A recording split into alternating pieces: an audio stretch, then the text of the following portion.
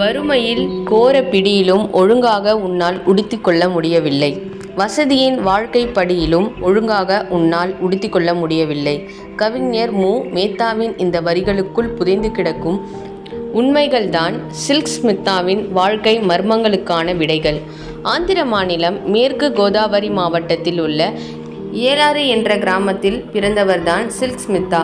தமிழை பூர்வீகமாக கொண்ட அவரது இயற்பெயர் விஜயலட்சுமி. இறக்கும்போது பெயரோடும் புகழோடும் மறைந்து போன சில்க் ஸ்மித்தாவின் ஆரம்ப காலகட்ட வாழ்க்கை அவ்வளவு மகிழ்ச்சியானதல்ல. வறுமையின் கோர பிடியில் சிக்கி தவித்தது விஜயலட்சுமியின் குடும்பம். ஆனாலும் சினிமாவில் சாதிக்க வேண்டும் என்ற ஆர்வம் விஜயலட்சுமியிடம் அதிகமாகவே இருந்தது.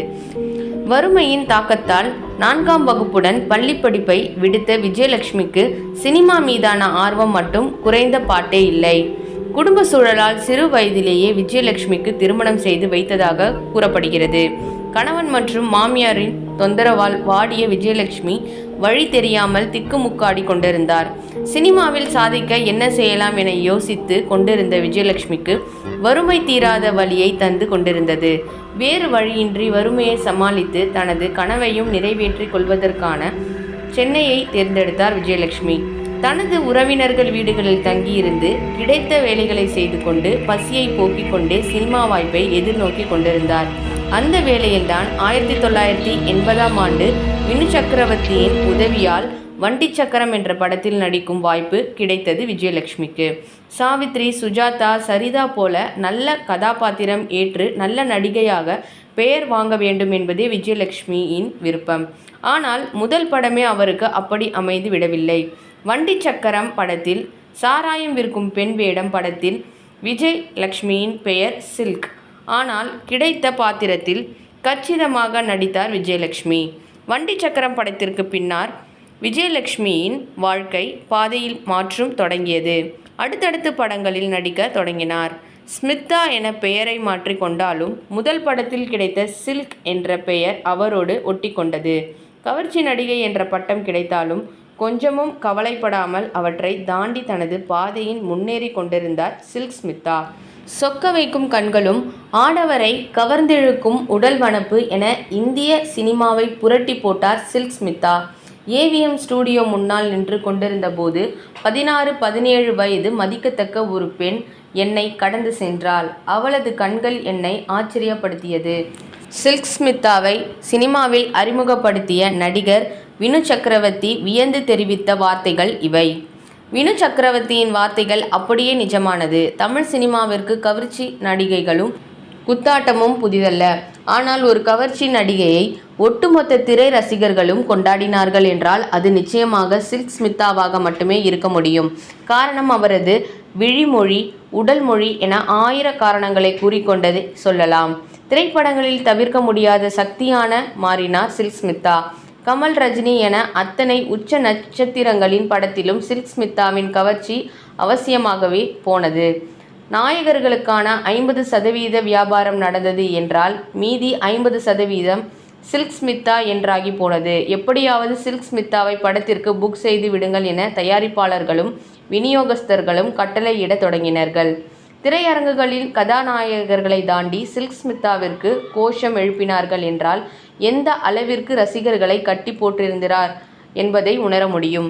தமிழ் சினிமாவில் அன்றும் இன்றும் எந்த ஒரு நடிகைக்கும் கிடைக்காத இடம் இது. சில்க் ஸ்மித்தாவின் கால்ஷீட்டிற்காக ஒட்டுமொத்த திரை உலகமும் காத்து கிடந்தது. ஒட்டுமொத்த இந்திய திரை உலகமும் கொண்டாடும் நாயகியாக மாறி போனார் சில்க் ஸ்மித்தா. யார் இந்த பெண் என அப்போதைய பிரதமர் இந்திரா காந்தியே சில்கை பற்றி கேட்ட நிகழ்வுகளும் அரங்கேறியிருக்கின்றன. கிளுகிளுப்பு, அழகுணர்ச்சி, நடிப்பிற்கான அடையாளம் என பல்வேறு விதமான சில்க் ஸ்மித்தாவை கொண்டாடிய இந்திய திரையுலகம். பெண்களை வியக்கும் அழகு என்ற சொல்லாடலை அதிகம் கேட்டிருப்போம். ஆனால் அந்த சொல்லிற்கான அடையாளமாக மாறி இருந்தார் சில்க் ஸ்மித்தா. ஆம், கவர்ச்சி நடிகைகளை வெறுத்து ஒதுக்கிய பெண்கள் கூட சில்க் ஸ்மித்தாவிற்கு ரசிகர்களாக இருந்தனர் என்பதுதான் அவருக்கு கிடைத்த ஆகப்பெரிய அங்கீகாரம். புகழின் உச்சியில் இருந்தாலும் அத்தனை நடிகர்களோடு ஆட்டம் போட்டாலும் சினிமா உலகில் அவருக்கான நட்பு வட்டாரம் மிக சிறியது. தனக்கான நட்பு வட்டாரத்தை பெருக்கிக் கொள்ள சில்க் ஸ்மித்தா விரும்பியதில்லை. காரணம், கவர்ச்சி நடிகை என்பதால் அவரை பாலியல் ரீதியாக அனுபவிக்கவே துடித்து கொண்டிருந்தது ஒரு கூட்டம். அதன் காரணமாகவே தனக்கான நட்பு வட்டாரத்தை சுருக்கிய வைத்திருந்தார். அதுவேதான் தனக்கு பாதுகாப்பு என்றும் எண்ணினார் சில்க் ஸ்மிதா. இதன் காரணமாகவே சில்க் ஸ்மிதா திமிர் பிடித்தவர் என்ற பெயர் கோடம்பாக்கத்தில் மட்டுமல்லாமல் இந்திய திரையுலக எங்கும் பரவலாக தொடங்கியது. ஒருமுறை சிவாஜி கணேசன் உடனான படப்பிடிப்பு சிவாஜி கணேசன் படப்பிடிப்பு தளத்தில் வந்த போது ஒட்டுமொத்த படக்குழுவும் எழுந்து நின்று மரியாதை செய்தது. எதனை பற்றியும் கவலைப்படாமல் அமர்ந்து கொண்டிருந்தார் சில்க் ஸ்மிதா. என்ன ஒரு ஆணவம் சில்க் ஸ்மிதாவிற்கு என ஒட்டுமொத்த திரையுலகமும் அவரை வசைபாட தொடங்கியது. ஆனால் நான் எழுந்து நின்றால் எனது ஆடை கண்டு சிவாஜி கணேசன் சங்கடப்பட நேரிடும், அதனாலேயே அமர்ந்திருந்தேன் என பதிலளித்தார் சில்க் ஸ்மிதா. உச்ச நடிகர்களுக்கு இணையாக சம்பளம் பெற்றாலும் தனது தொழிலுக்கும் சம்பளம் கொடுக்கும் தயாரிப்பாளர்களுக்கும் எப்போதும் நியாயம் செய்ய வேண்டும் என்பது சில்க் ஸ்மிதாவின் எண்ணம்.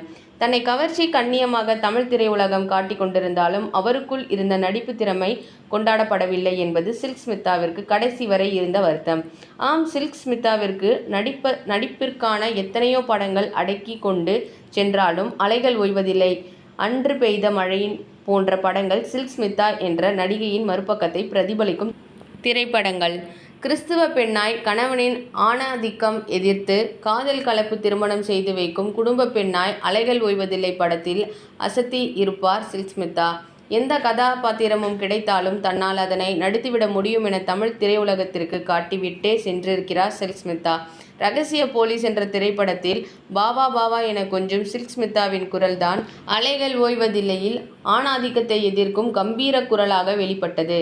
குறுகிய காலகட்டத்தில் 450க்கும் அதிகமான படங்களை நடித்திருந்தாலும் கோடிகளில் சம்பளம் பெற்றிருந்தாலும் சில்க் ஸ்மிதாவின் வாழ்க்கையில் ஒருவித வெறுமை அவரை துரத்தி கொண்டே இருந்தது. ரசிகர்களின் கண்களுக்கு கிளுகிளுப்பு பூட்டிய சில்க் ஸ்மிதாவின் சொந்த வாழ்க்கை இருள் நிறைந்த பக்கங்களாகவே கொண்டிருந்தது. குடும்ப வாழ்க்கை மீது அதீத ஆர்வம் கொண்ட சில்க் ஸ்மிதாவிற்கு அது கடைசி வரை கனவாகவே இருந்தது. சில்க் ஸ்மிதாவோடு உறவாடிய ஆண்கள் அனைவரும் அவரது உடலுக்காகவே நெருங்கினர்.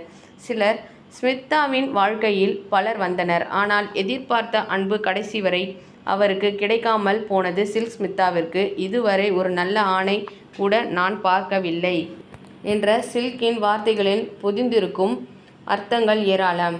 கவர்ச்சி நடிகையாக பார்க்கப்பட்டதாலோ என்னவோ சில்க் ஸ்மிதாவின் இன்னொரு முகம் மிகப்பெரிய அளவில் அறியப்படாமல் போயிற்று. உங்களுக்கு நிறைவேறாத ஆசை என்று ஏதேனும் இருக்கிறதா என்று கேள்வி எழுப்பினார் பத்திரிகையாளர் ஒருவர்.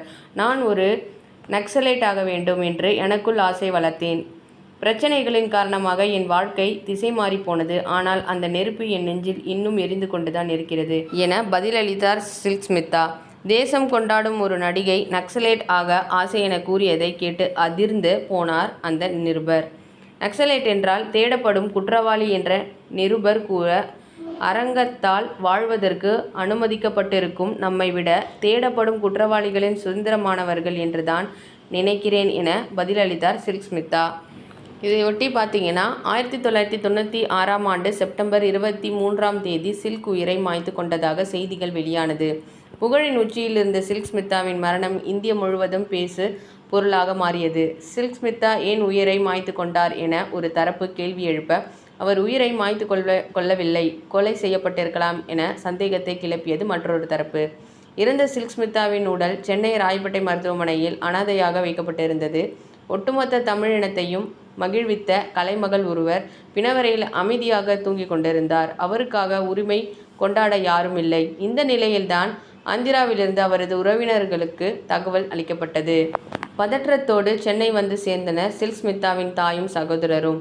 ஸ்மிதாவை கொலை செய்து விட்டனர், சொத்துக்காக கொன்னுட்டாங்கடா, அதை விசாரிங்க என்று கதறி அழுதனர் இருவரும். ஆனால் அவர்களின் குரல் அப்போது எடுபடவில்லை. ஏன் சில்க் ஸ்மிதாவை தரப்பை சார்ந்த பலரும் ஒரு குற்றச்சாட்டையே முன்வைத்தனர். ஆனால் அவற்றுக்கெல்லாம் செவிசாய்க்க தமிழக காவல்துறை தயாராக இல்லை. சில்க் மரணம் தொடர்பாக டஜன் கணக்கில் கேள்வி எழுப்பின ஊடகங்கள். ஆனால் சில்க் ஸ்மிதாவின் மரணத்தை உயிரிழப்பு என முடித்து வைத்தது காவல்துறை. ஆனால் அவரது மரணம் தொடர்பான மர்மம் இன்று வரை நீடித்து கொண்டேதான் இருக்கிறது. 1990களின் தொடக்கத்தில் சில்க் ஸ்மிதாவின் காதல் வயப்பட்டதாகவும் தனது காதலருக்காக திரைப்படம் தயாரிப்பதற்காகவும் சொல்லப்பட்டது. அதில் ஏற்பட்ட நஷ்டம்தான் சில்க் ஸ்மிதாவை உயிரிழப்பு முடிவை நோக்கி நகர்த்தியதாக காரணம் கூறப்பட்டது.